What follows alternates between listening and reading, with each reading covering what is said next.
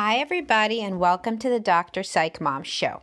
Today, I am going to be talking about when women are not in the mood and don't feel like they're ever in the mood, which, of course, I talk about a lot, and how then you can potentially get yourself into a mood where you want to have sex and to really initiate intimacy in some sort of spontaneous, fun way that doesn't feel totally disingenuous. So before I get to that good stuff that I know you are just really waiting to hear me talk yet again about another angle of human sexuality, remember to like and subscribe to my podcast. If you subscribe, you have access to bonus episodes, so just click on subscribe, and it's $5.99 a month, and you get extra episodes. My most recent one was about empathic ruptures and how to resolve them, which is super important listening for anybody in any kind of a long-term relationship that wants to prevent against mounting resentment and potential divorce. So that's my scare tactic for you to listen to that episode. So let's talk about this episode though now. So obviously a lot of women no longer experience tremendous sexual desire within long-term relationships. We're talking about marriages of multiple years, and they know that they love their husband. They want to be fun and really just fun partner. A lot of women don't feel very fun at this stage of life, anywhere near midlife, honestly, anywhere after kids. The fun starts to diminish a little bit.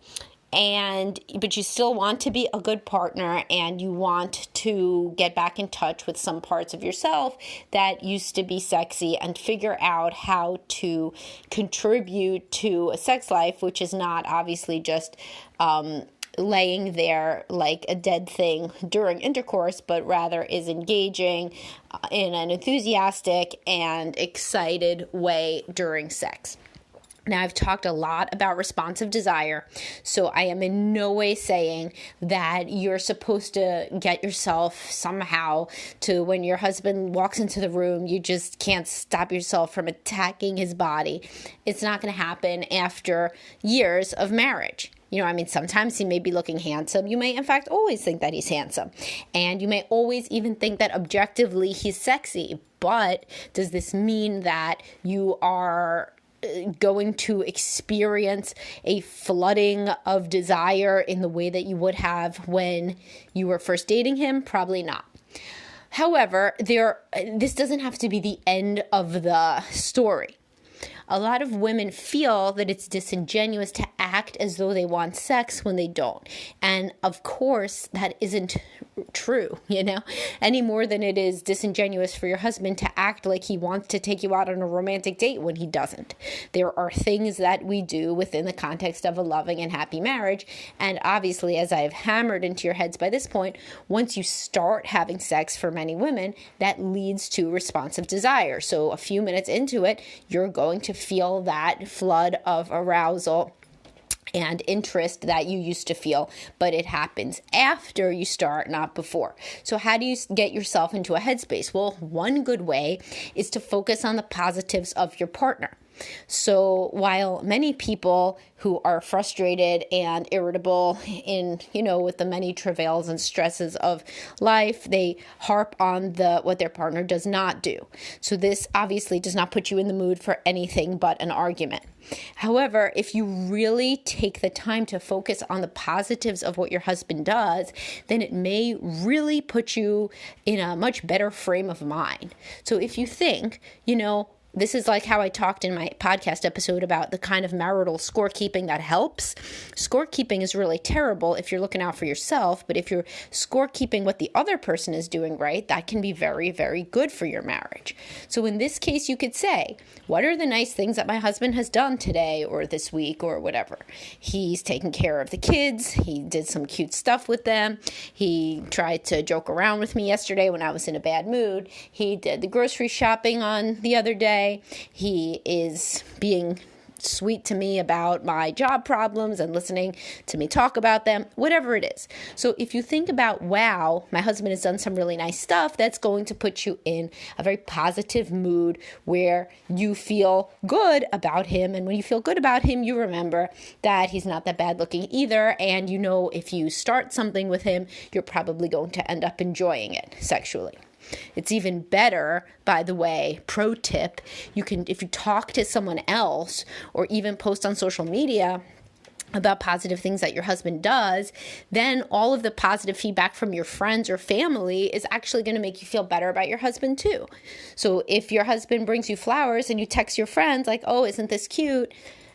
Or you put it on Instagram or something, then yeah, people are going to say, oh, what a great guy. And then that's going to make you feel good about your husband and in the mood to do what he likes, which you end up liking too. Also, you could start working out. A lot of people get very disconnected from their bodies in midlife, and you feel like you are really just a robot that goes to work, takes care of kids, and goes home.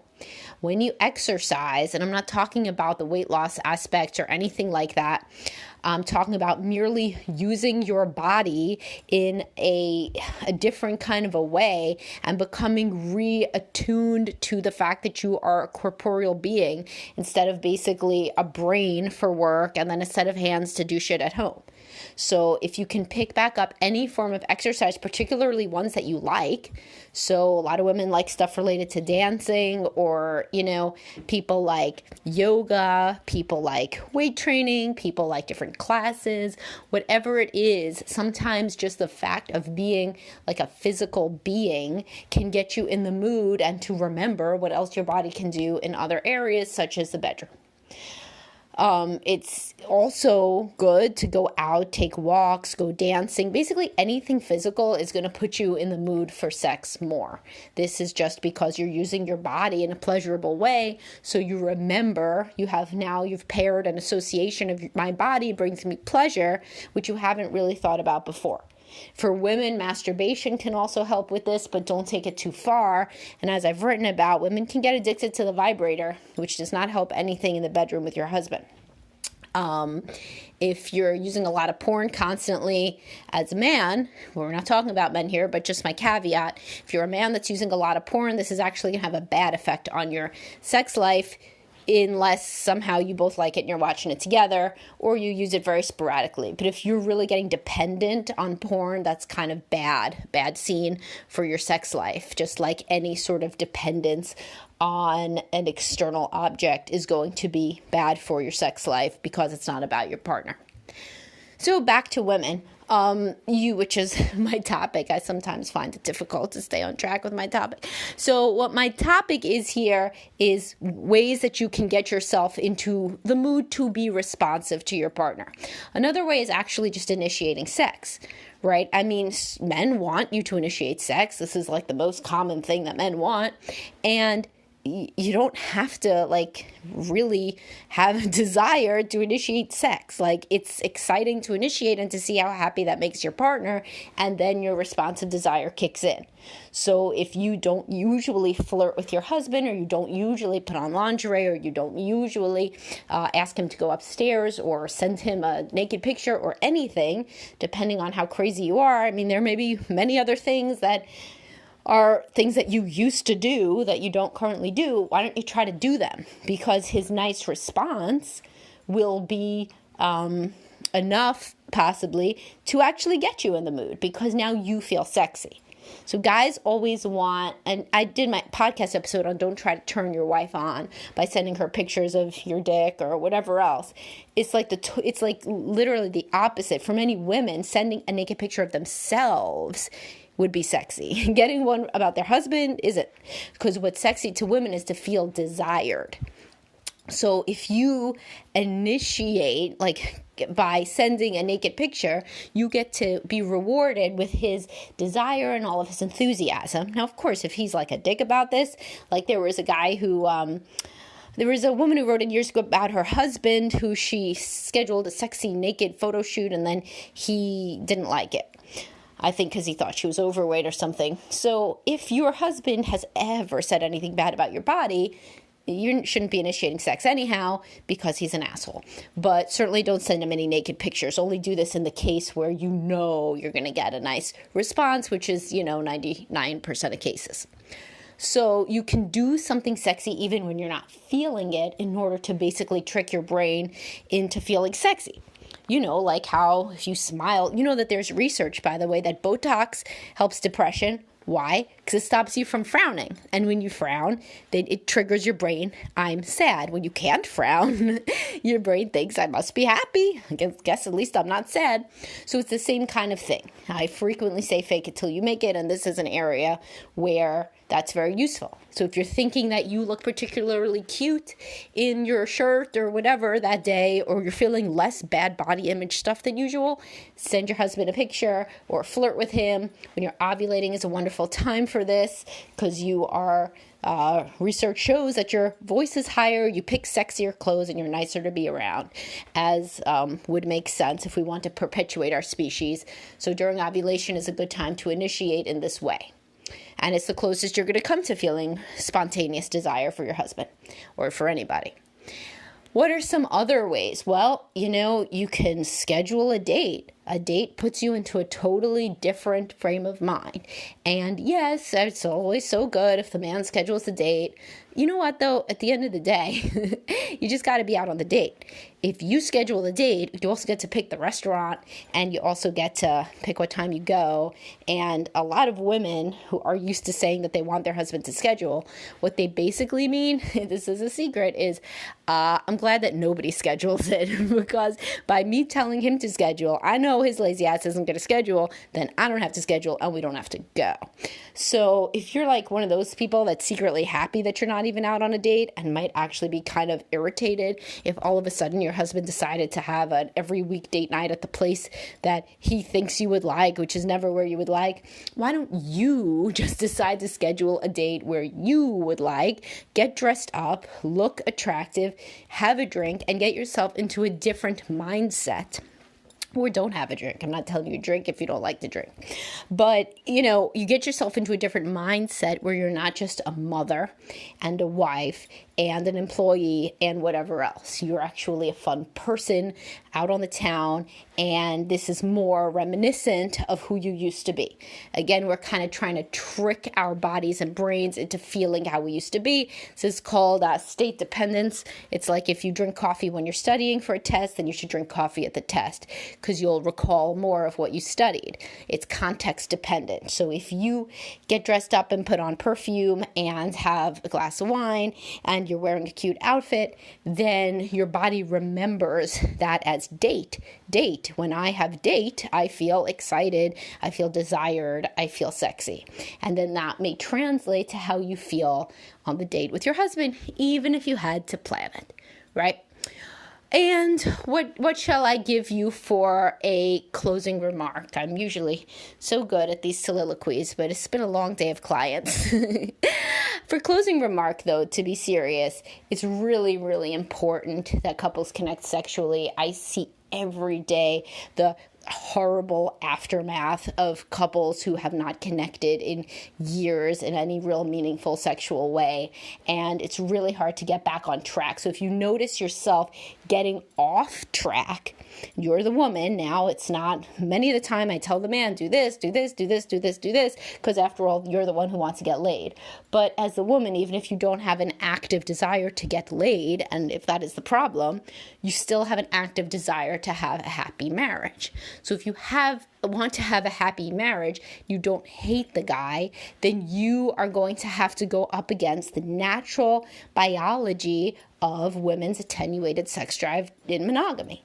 So you are going to have to be wily, and you are going to have to trick yourself and your body into feeling sexy enough or happy with him enough or positive enough to start something sexual that will then turn into a nice experience. And you could also really feel good about yourself and be proud of yourself for doing that, because in reality, you weren't, quote, in the mood, but you did it anyway because you are a loving partner. Now, if you going full circle to other podcasts, this, by the way, when people are like, how do people possibly have open marriages? Some people decide to short circuit this process of the woman, pairing how she feels with sexual desire to literally the woman going out and flirting with or dating or sleeping with other men, because that stokes her real sex drive, which comes out for novel partners. So don't hate that. If you heard that podcast and you're like, oh, who are those deviants that do that? I have increasingly more clients now that have those sorts of arrangements for exactly the reason that is like a real easy way to, not easy, I don't mean easy, but I mean biologically it's an easy way to get the woman's arousal level back up to, novel man, spontaneous desire. So if you're like all real cool and chill in your marriage and you are real secure and open-minded, then this is a possibility as well, involving either the man doing it also or not. But for most people that I'm talking to, they are not going to go directly to the source there and get the novel sex desire feeling with a novel person. They are trying to replicate that for the good of the marriage within the context of the marriage. And sex with a person that is not the novel partner, as most women can attest to, is usually a lot better than with a novel partner, because the novel partner still has to be taught everything. And they do not, no matter how experienced they are, they're usually not very, good. It's all exciting, but they don't know exactly how to touch you yet, whereas the long-term partner does. And by the way, if you are somebody who is too shy to teach your partner how to have good sex with you, that is another way to get yourself in the mood to have sex, is to make sure you're having good sex. Because as I just wrote about, when I wrote about, does your wife really enjoy sex? And I've spoken about that as well. If you don't enjoy sex, why would you want to do it? This whole end game has to get you somewhere. You have to have responsive desire because he's touching you the right way.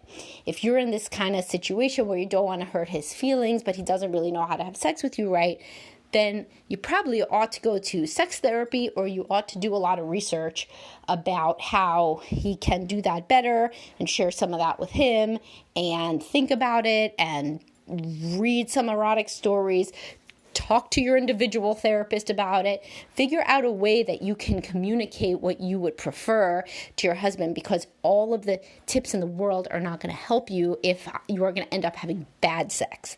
Then you're not going to think about positive things about him. You're not going to put yourself in the mood. You're not going to send him naked pictures because, oh my God, he might want to have sex, and sex is terrible. So if you're in that situation, you must help yourself. Do not just sit, getting like older and older, never enjoying your sex life. Nobody deserves that.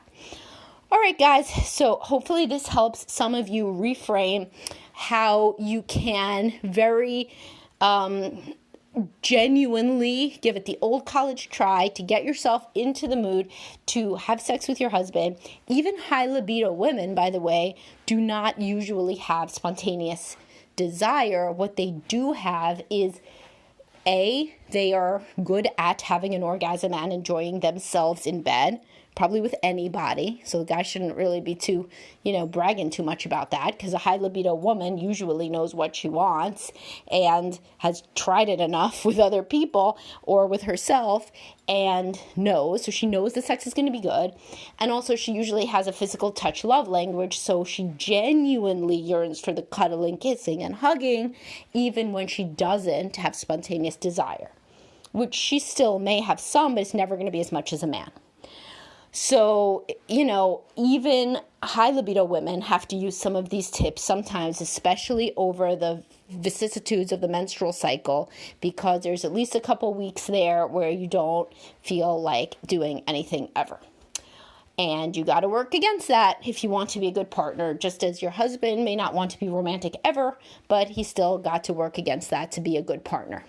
All right, guys, thank you for listening. Please subscribe, and I will talk to everybody soon.